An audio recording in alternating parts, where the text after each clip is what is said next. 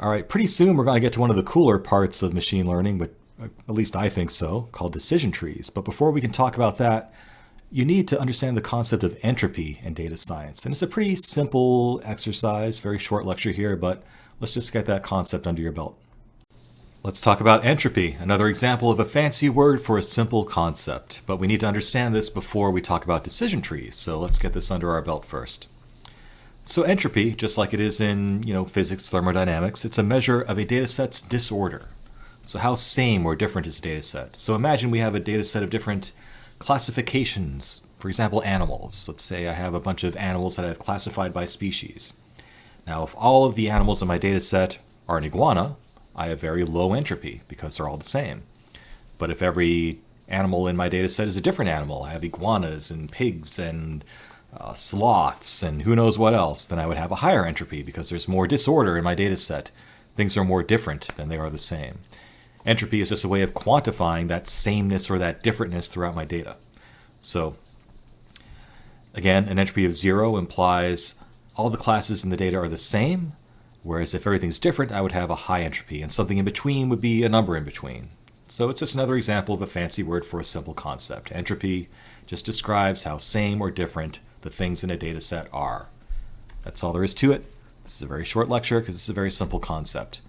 Now mathematically it's a little bit more involved than that. So when I actually compute a number for entropy, it's computed using this expression here. So for every different class that I have in my data, I'm going to have one of these p terms. So p sub 1, p sub 2, and so on and so forth through n for n different classes that I might have. And each term, the p just represents the proportion of the data that is that class.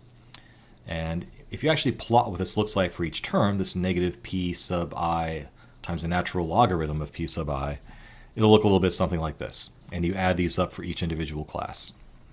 So if you look at it, it kind of makes sense. For example, if the proportion of the data that is a given class is 0, then the contribution to the overall entropy is 0.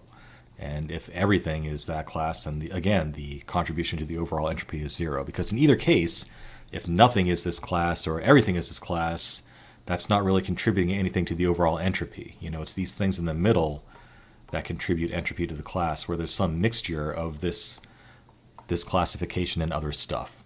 And when you add all these terms together, you end up with an overall entropy for the entire data set. So mathematically, that's how it works out. But again, the concept is very simple. It's just a measure of how disordered your data set, how same or different the things in your data are. That's all there is to entropy. So with that under our belt, we can move on and talk about decision trees. So that's entropy, just a measure of the disorder of a data set. How same or different is it all? And you just need to understand that as we talk about decision trees up next.